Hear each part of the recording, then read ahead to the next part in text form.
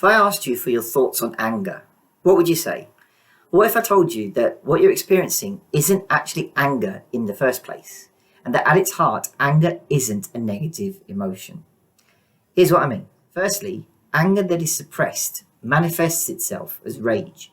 So all those times we try to hold back those natural feelings of anger, we suppress it, but it doesn't go away. It's stored in our systems, drop by drop, like a bucket filling up, until one day the bucket overflows through one seemingly innocuous incident and we display overt rage. Now, overt rage means things that we're familiar with when we hear the word rage. So shouting out loud, screaming, swearing, maybe even breaking things. So basically acting like the Incredible Hulk.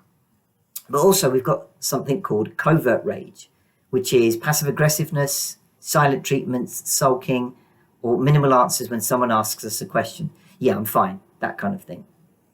So all those times you tried not to get angry because it's not nice or the done thing, or we fear how people might react, is coming because we feel we'll be judged badly by others, who view anger as an unacceptable emotion to display, even though it's perfectly normal and healthy. So if we end up displaying it, then we're not acceptable and we're not good enough. And secondly, we use anger as a heating agent. So this is where we use anger to heat up colder emotions like grief or hurt or sadness or embarrassment. Now, this is something that might be more prevalent in men. Now, I know that sounds a bit sexist, but run with me for a second. Imagine a guy with a group of his friends and he says out loud, "I'm feeling hurt." Now, the men might make a joke of him because it's not really a masculine, friendly emotion to feel.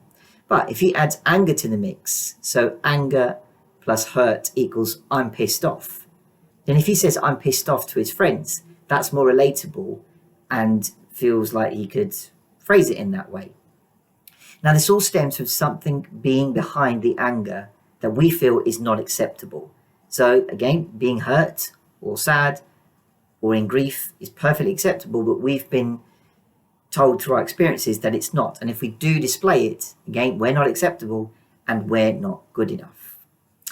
So the step towards resolution here is to accept, feel, and express our emotions healthily as they arise. Now, a very practical way of doing that, to begin with, is to simply say what we feel out loud.